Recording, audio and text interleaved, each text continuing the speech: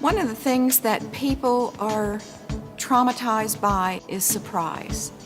And we see no reason why that should happen when we do a tax return.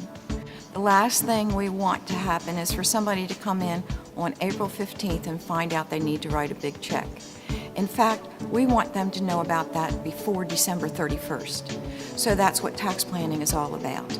No surprises, you can plan, you know exactly what your cash requirements are, and you're going to be comfortable with that because you know that we have maximized every opportunity and you have 3.5 months to plan for the cash flow if you're not already prepared.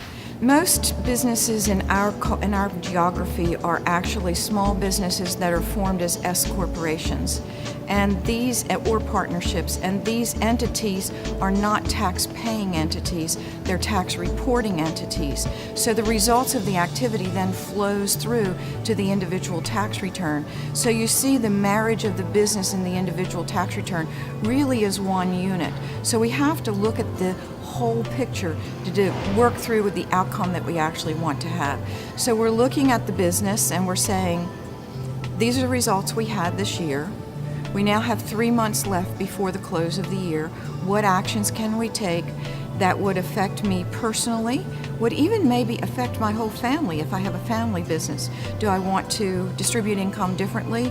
Do I want to add new expenses that I didn't have that maybe I was planning for next year that I want to bring into this year? What impact would it have if we changed our retirement plan? How would that benefit us? How would that benefit our employees? What other new tax laws available to us to help us as a family unit? So we're looking at the entity, we're looking at the owner employees, and we're looking at the other employees and looking at how that all is going to be distributed and we get the best outcome to reach the goals that they're trying to reach. We are looking at tax law that will allow us to defer income, to accelerate deductions, to create opportunities to get things on page one that might not ever otherwise be on page one. They might be itemized deductions or something that happens on the back of the tax return. So all tax planning in today's environment really is geared towards how can I adjust? What can I do to page one to make the outcome better for everybody? And the reason for that is the bottom line on page one triggers a whole lot of tax costs, and so you're working to managing that bottom line on the front page to get the lowest number that you can. So you still might have some years where you've got excess deductions and you're looking for ways to accelerate income. Should I take another distribution from my retirement account because we've had a big medical event?